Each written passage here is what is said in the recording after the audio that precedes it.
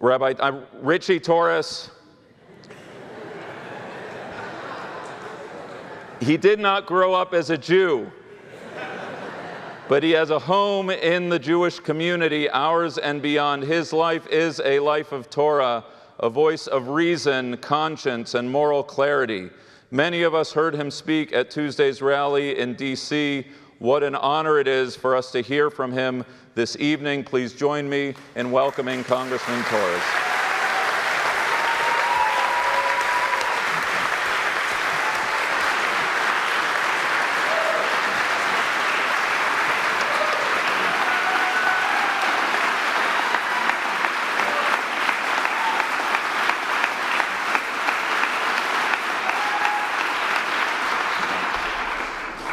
It's moments like these when I wish my mother was here.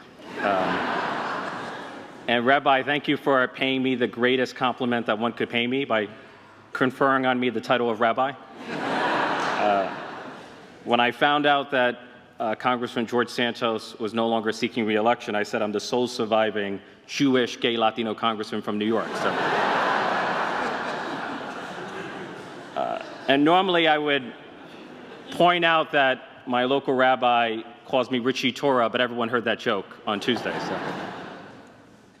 I'm often asked, why is a black Latino congressman from the Bronx so outspoken against anti-Semitism? And I'm often offended by the premise of the question.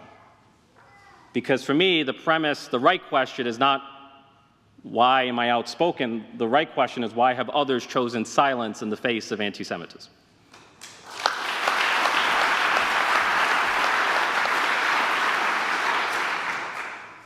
Throughout history, there were Jewish Americans who gave their lives for the cause of civil rights. There were Jewish Americans like Andrew Goodman and Michael Schwerner, who were murdered in the Mississippi burning so that black Americans like myself can vote freely and live freely, unencumbered by the cruelty of Jim Crow. And so for me, the lesson of history is that we're all in this together. We all have an obligation to fight anti-Semitism and extremism, no matter what form it takes and no matter what direction from which it comes. And that obligation is not only based on the particular identities that we possessed, it is based on something more fundamental, more universal, which is our common humanity. And for me, October 7th, the terror attacks of October 7th, were a barbaric assault, not only on the Jewish state, but on our collective and common humanity. And I will stand unequivocally for Israel's right not only to defend itself, but to defend our common humanity and our common civilization.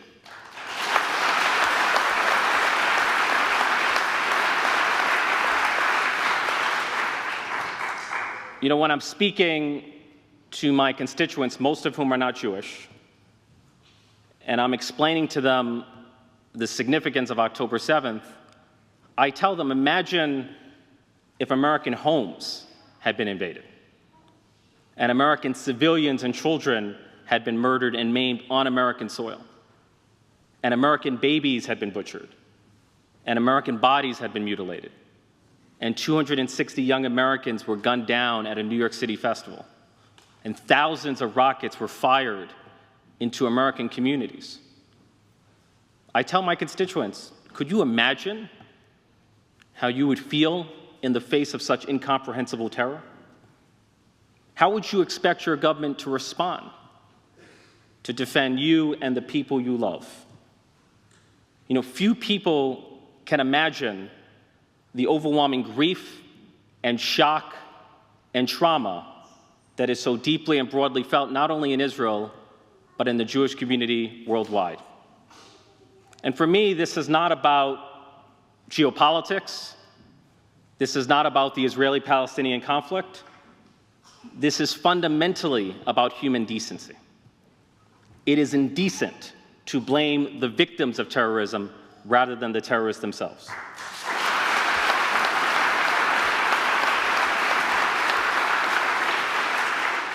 It is indecent to glorify the terrorism of Hamas as resistance or liberation or decolonization. It is indecent to tear down images of the hostages and to promote images of the paragliders who gunned down young, innocent Israeli civilians. And times like these remind me of a quote from Dr. Martin Luther King, who said that history will record that the greatest tragedy is not the strident clamor of the bad people, but it's the appalling silence of the good people.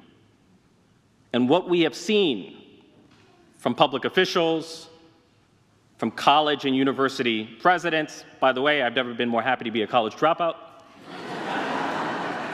When people ask me, why are you so pro-Israel, I said, it's because I dropped out of college. But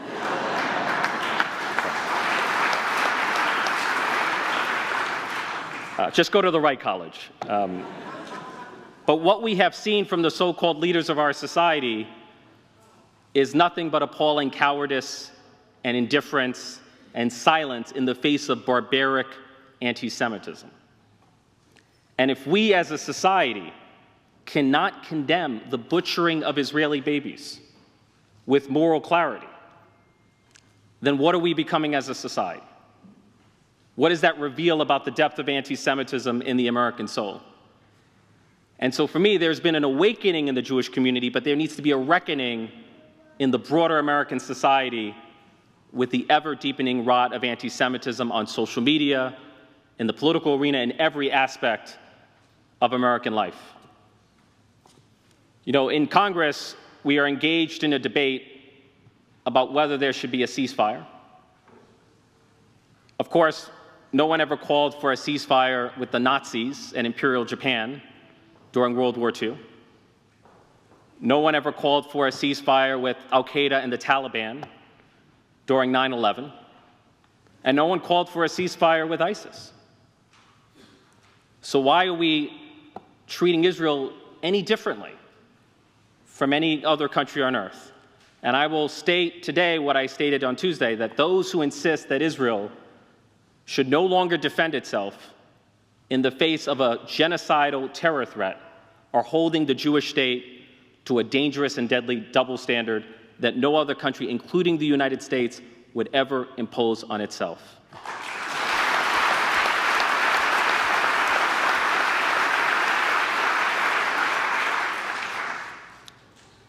And so you can count on me to be unwavering in my support. You know, when I spoke at the National Mall, which was an overwhelming experience, I noted that 2023 is both the 75th anniversary of Israel and the 60th anniversary of the March on Washington. And the words, "I have a dream," reminds me that the Jewish people have long had a dream of Jewish emancipation through a Jewish state. For me, Israel is the realization of a dream that brings to life the words, "never again." It's the realization of a dream that has given refuge to millions of Jews across the world. And mark my words, it's the realization of a dream that will live on for the next 75 years and beyond. Am Israel High. Thank you.